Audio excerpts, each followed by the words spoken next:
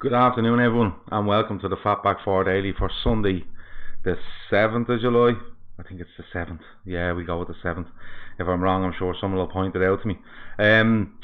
25 minutes as usual. We'll see how we get on. It's very, very quiet Liverpool-wise with regards to transfers.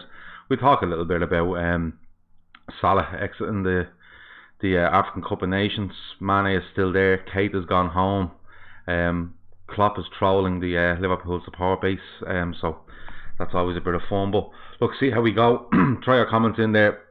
Anything that comes up, we will have a chat about it, and we will go from there. Yesterday was a bit strange on the show. We ended up talking about chocolate. For some reason, the price of chocolate, how ridiculous it is. But yeah, that's how it went. Listen, if it goes like that and we end up talking about something weird, so be it. Listen, we're all on here. We can do what we want.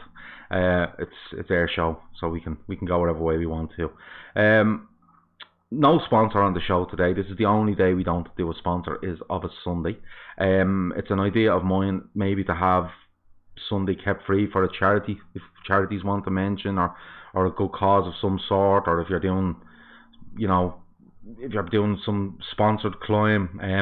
Just on that, Ben Webb, a friend of mine, you'll know him on Twitter. Ben Webb's a top lad. He is doing something for the Owen McVeigh Foundation. Is he climbing Ben Nevis?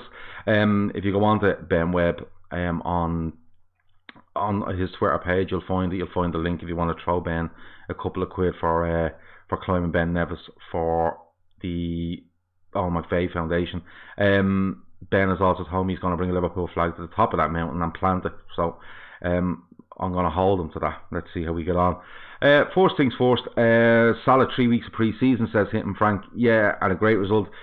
Good result for Liverpool, I suppose. He gets a couple of weeks rest now.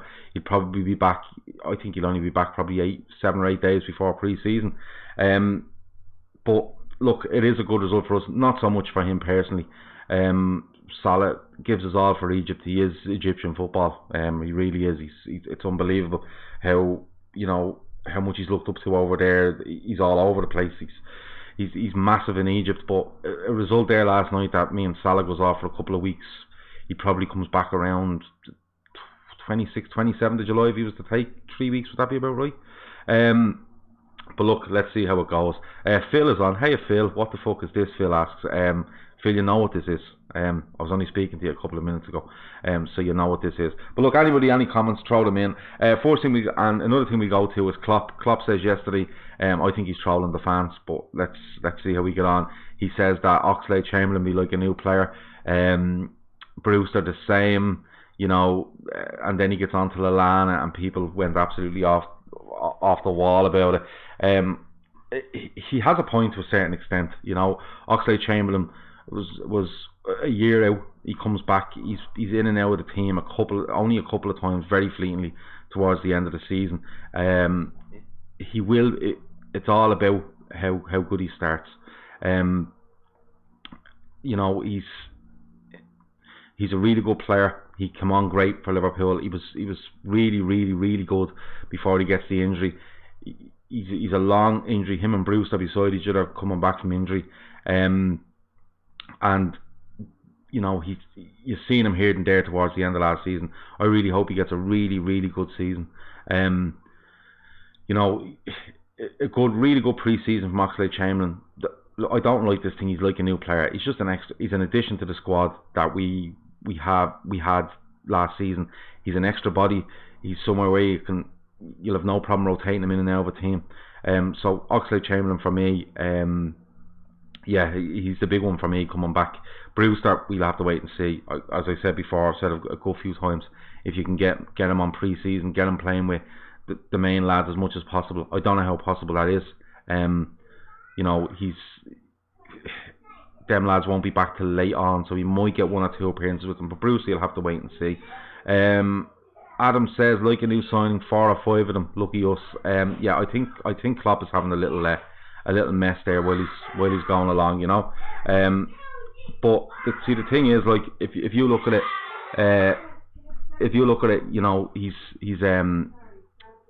he is, but he's talking up his players. He's talking about his players. Chris Gleason says Phil is a hater. No, not really. Phil is Mr. Positive. I'm sure if Phil is still watching, he'll confirm this. Phil was down and down and down towards the end of the season, but he's promised us 2 years of positivity. I'm waiting for Phil to confirm that, but he did say he's going to be 2 years of positivity. Let's see how it goes.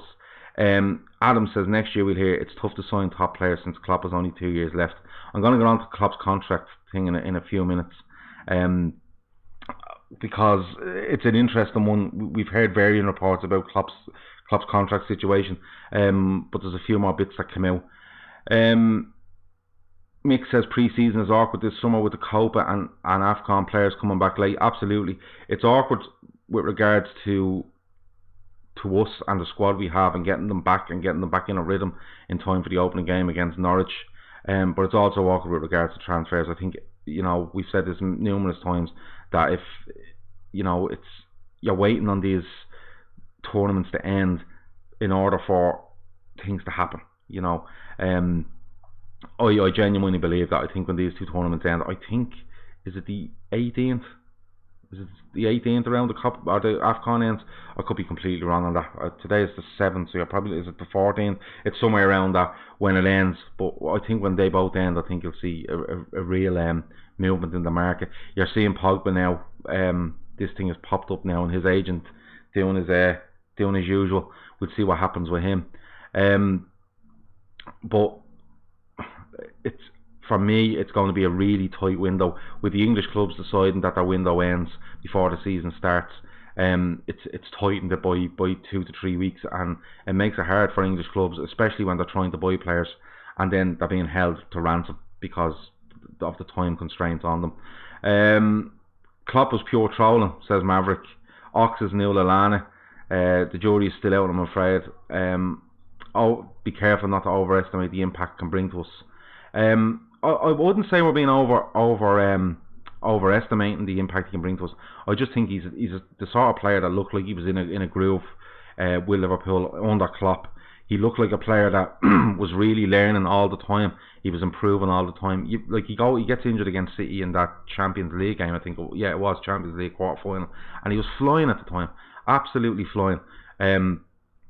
He's just, the thing about him is it wasn't the Man City game, it was the Roma game in the Champions League semi-final where he gets injured, I think.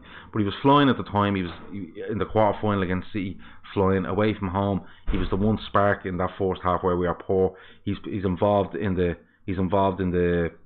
goal, away for Salah, where he slips a lovely ball through and gets the move going. Phil says the word in Germany is it Corme is to us is the one. I don't know who he is, Phil. If you want to tell me who he is, go ahead and tell me who he is. But no, I don't think we're overestimating Oxlade-Chamberlain. I think if he it's crucial he comes in, gets a good pre-season under his belt, and he's another option for us. There was times last season, people have pointed towards Leicester and West Ham where we were kind of missing that bit of drive. Keita was still finding his feet, finding his form. I think Ox would have been a massive addition to us, and I think he will be going into the season. Also, him coming back, I think, limits the amount of spending we may do in midfield. Maverick says he just seen the Van der Berg video with Klopp, pleasantly surprised to see he's more mature than he thought. He could be ready in 1 year, looking promising. Any thoughts? Van der Berg looks, he's 17 years of age, he's 6'3", 6'4", I think. Klopp was even surprised, I think, when he stood beside him. As I said yesterday, me and Shawnee had a discussion about this yesterday. Shawnee reckons he's ready and he could be in the first team squad throughout the season.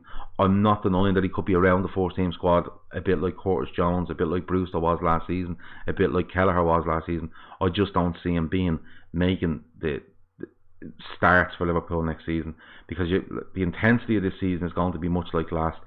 Every game is going to be crucial from is it the 10th of August or the 9th of August when we start. It's going to be crucial. Everyone's going to watch. Every drop point is going to be magnified massively. So it's going to be one of those where we're really going to have to put the pedal down early and see if we can possibly get some sort of lead in the league and see where it takes us. This goes back to the talk about the squad. City are able to you know, put players in and out early doors and nearly nurse their players like back from the Copa America or back from the African nation. They could probably nurse them in a bit better than us and get the results and then get them in a flow as the season goes through, you know, November, December, January, and then again they can do a bit of rotation and they can go all for it towards the end of the season. That's what we need to be looking at. But on Van den Berg, look, he's a big lad. He's 17. He's played 14 games in Holland. Listen, as I said, me and Shawnee have had this discussion. I said he doesn't make more than 3 starts this season. Shawnee reckons he does a lot more than that. Listen, if I'm wrong and he starts and he plays well, listen, I'm happy to turn around and say Shawnee was right. There's no problem there. Adam says August 4th is the Charity Shield. Closer to that we are to number 6 in Madrid. Expect Origi, Brewster, Wilson front 3. You could be right. The Wilson one is interesting. Again, we've spoken about this a couple of times with regards to Wilson. I think he needs a chance in pre-season. You know, I think everyone's entitled to a chance in pre-season. There will be players that will be there because just to make up numbers. There's no doubt about that. But Wilson, I think, is one that needs to get a chance out of nearly everyone alongside Brewster. He needs a chance, a run of these pre-season games, and we can see where we go from there. Frank says, if we don't spend money on a big signing for the front 3, what do you see us getting? I'd take Jota off Wolves. Yeah, he impressed last season, didn't he? He's a good player. He's versatile. He can play wide. He can play. I think he can play the 10. He's quick. He's direct. To be honest with you, I do think we signed someone big for the front 3. I think that in the left back is definitely going to happen. That's my opinion. That's what I would do. But I'm not Jurgen Klopp. So you know, you can take my word as best as your word or anybody else's word. Just going on to the Klopp situation with the contract. Klopp's contract at the moment runs to 2022. That would mean he'd be 7 years at Liverpool at the end of that contract. Murmurings going around is that he has been approached about a new contract. A new contract is being put in front of him. I don't know whether it's being discussed at length. It looks like probably a 2 or 3 year extension to that. You don't know. Klopp spent, was it 7 years at Mainz, 7 years at Dortmund. He gets a small break out of Dortmund and ends up at Liverpool. He's always spoken about his own mental health and fatigue, and he doesn't want to burn himself out as a manager. But if there's one club that's going to make him stay and extend beyond what he would usually do at a club, I think it's Liverpool. He's building something, in my opinion, he could go down as the best Liverpool side that's ever been. I know that's a massive statement, but I genuinely do think that he's building a team that could go down as one of the best, if not the best. Frank asked, would you take Dani Alves? We spoke about this yesterday. It would all depend on circumstance. Dani Alves for me is a lot of money, just because of who he is and the contract he'd be looking for, and he would be a free. He'd be a lot of money. I suppose the wages was offset any transfer fee. He's getting on in age. I think we spoke about this as well. He was kind of moved up the pitch a little bit by PSG. Can he get up and down? I don't know. I haven't seen enough of Dani Alves. I just don't want to see Trent being put on the back burner for 6 months to a year. You know, not completely frozen out, but his progression kind of stalled a little bit by Dani Alves. But we might need someone at right back. You would expect Nathaniel Klein will probably leave the club. You don't really want to see Joe Gomez at right back. You want to see him vying for centre half. So the right back issue, if you actually think about it, is probably could be as pressing as the left back. It could be. I don't know. What do you think? Throw a few right backs at me. Dani Alves, any more there? I just keep thinking about the price of chocolate, to be honest with you. It's mad what went on yesterday. Maverick says, crucial to be lucky with fatigue and injuries this season. If you don't get back up in, we need to keep Woodburn and Wilson. Yeah, you need a bit of luck with regards to fitness, injuries, suspensions, things like that. We were quite lucky last season, I think. If you look at the front 3, for argument's sake, only Firmino goes down with an injury for a couple of weeks towards the end of the season. Woodburn is not going to be in the squad, lads. In my opinion, he's not going to be anywhere near it. You'll see him in pre-season. You'll see him on the tour in America, and then he'll probably go out on a loan. But again, my thoughts on the Woodburn is I don't think he knows what position he wants to play on the pitch, and I think that's hurting him, and it's hurting him badly. I think if he decided that he was a number 10, fair enough, try force yourself in as a number 10, but I don't think he has the pace to play up front or out wide, and I don't think he has the physicality to be in a midfield. So it's a bit of a weird one for Woodburn. he'll go on loan, I think, or he might even be sold. He might need to drop down a level or two and then fight his way back from there. North Red asks, how's everyone today? I'm good. Sunday, it's nice out. After this pod, I'm going to head out, and I don't know where I'll end up, but we'll head out and see where we go from there. The problem about right back is that Gomez is the cover. The Barca away showed his flaws. In fairness to him, Barca away, he was only back. But I just don't want to see him there. He's not a right back, he's a centre back. You want to bring, in my opinion, bring someone in, and if it can strengthen the position, which means you have two players there that can, Trent outstanding on his day, but you need someone there that's going to cover properly. And just slot in a bit like, we go back to it, a bit like City do. You know, they have Walker there, they might slot Danilo in or whoever come in, and they just slot in, and we keep playing the same way. I think that's crucial for us. We don't want to alter the way we play too much by bringing, like Gomez will take an attacking threat out of us, which is one of our main attacking threats. Our front three and our two fullbacks are our main attacking threats. You know, Henderson, Wijnaldum, Keita, or Henderson, Wijnaldum, Fabinho, whoever else is there, do a job for us. They really do a job. And the wide lads, a la Salah, Mane, and then the fullbacks are crucial in what we do. So, but that's going back to Oxlade-Chamberlain again. I think he gives us that drive from midfield that nobody really else does. So, you know, that could be something else there that to look at over the pre-season again. Are we going to win the league? Think City are not going to have 3 seasons in a row like they did, and are in mini transition. I don't know how much of a transition they're in. They signed Rodri, who was probably a long-term replacement for Fernandinho. I don't know what else they're going to do. They could go and do what they've done. I believe we're going to win the league. Yeah, I'm all up for us winning the league. I think we're good enough to win it. You know, it's one of those where you do have to look for City. They're the benchmark, no matter what you say. 98 points as opposed to our 97. That they remain the benchmark for everyone. Can we win the league? Yeah. Are we capable of winning the league? Yeah. Do we have the squad that can win the league? Yeah. But 2-3 additions makes us right up there, and not only for the league, I think you could look at a really good run in the European Cup again, and possibly a domestic cup as well.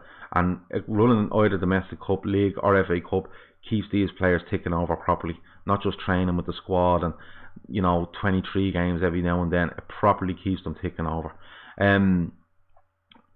Maverick says, was Hendo not the new Ox? No, I think Henderson moves out of that defensive position and into this part of the tree on the right hand side. He's asked a little bit more to get into attacking positions. He's a decent delivery from out wide, but Ox is the one, along with Keita, who I think will share that position, kind of left of the tree, where you do pick a ball up and you go running with it, and you go running and you make these, you know, decisive runs at defences.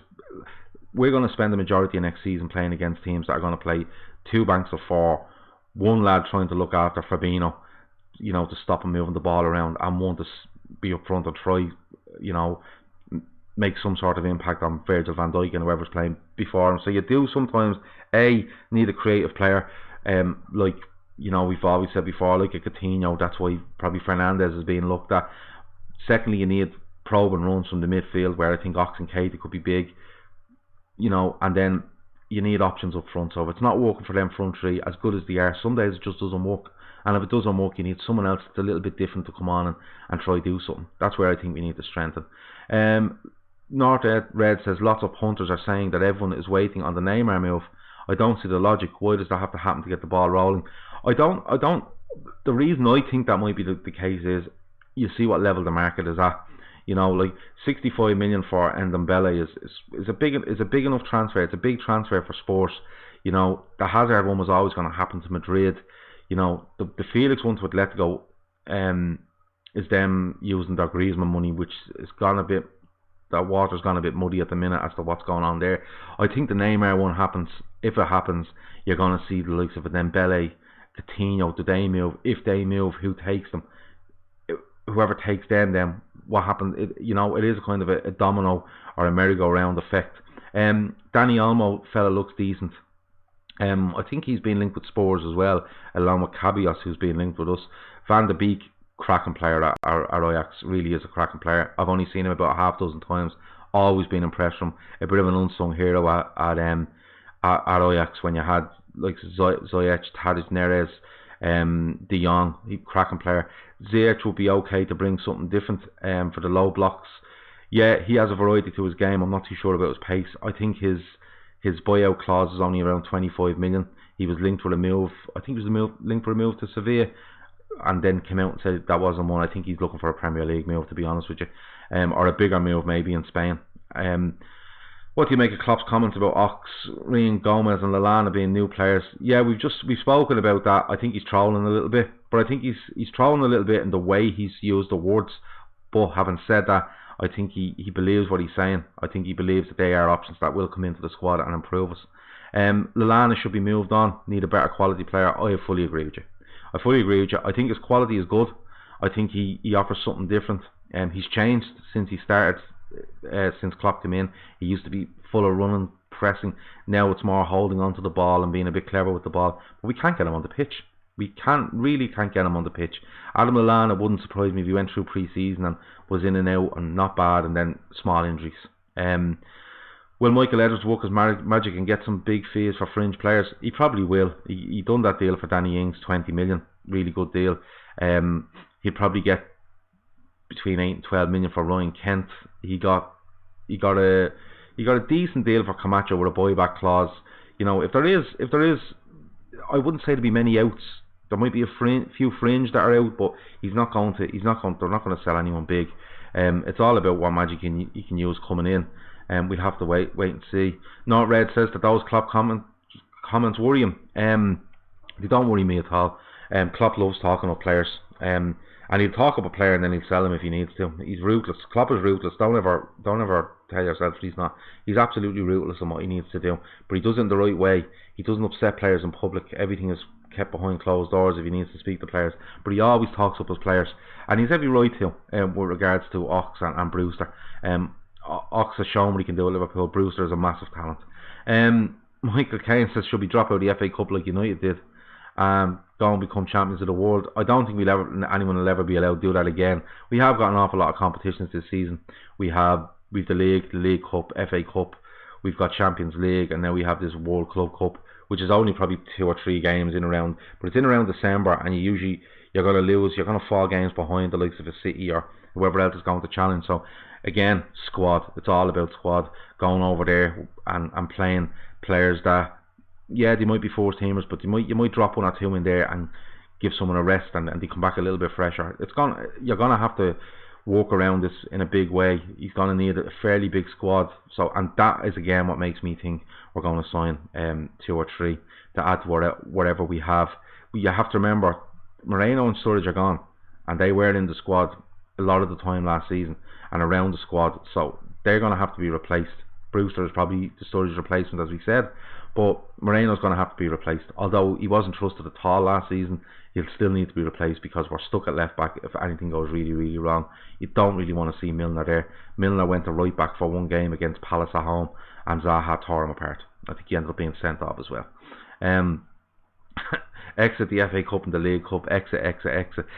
No, I don't say they're crucial, and the draws that you get are crucial. That you can put certain players on, you know, you can line up with the likes of a Shaqiri in there and different players. Give the guy Van der Berg a go. You know, let's see how it goes. But they're crucial. Not winning them is crucial. Staying in them for 3 or 4 rounds is crucial, just to keep your squad ticking over. You've seen what City done last season. They ticked over with them, and they were able to call on players that were fresh, hungry, had some games. Although they're only every so often, they had games and they were able to do it. A fully fit Lallana is a good player to have for the Cups, maybe so, but I think if fully fit is the massive thing you're saying there, Frank. Fully fit is where you should be underlined, bold, italic. That's where it falls down for Adam Lallana. Look, he could prove us all wrong, but I think it's a risk for me going into the season with Adam Lallana as maybe your 6th or 7th midfielder. I'd rather somebody else at this stage. I really would. Yeah, there's a comment there saying how often is Lallana fit. It's a big risk to take. I fully agree with you. Look, that's been 25 minutes. There's been no chocolate talk, which is a little bit disappointing. There's been no randomness. The guy that mentioned Chomp Bars yesterday needs to come back because he gets the randomness going. I'll remember his name when he does it again. But no, that's been us for Sunday the 7th of July. I'm going with the 7th. I think I'm wrong, but I could be wrong. I could be wrong. I could be right. We'll see. I'll check. I'll check when we get off. We're back tomorrow. Back on tomorrow, Monday, probably around 2 o'clock again. I'll let you know in the morning via Twitter. Love Follow Conquer will be our sponsor tomorrow. I'm going to give away a prize for Love Follow Conquer tomorrow. And we'll see how it goes. 2 o'clock. Listen, you're following this. Share it. Subscribe on YouTube. Please subscribe on YouTube. Tell your friends to subscribe on YouTube. The more we get, the more comments we get, the more we have a little bit of laugh as the day goes on. And the days and weeks go on. Sorry. But that's been us, the Fatback 4 Daily. That was Sunday the 7th of July. We'll talk to you tomorrow. Have a good one. Over and out.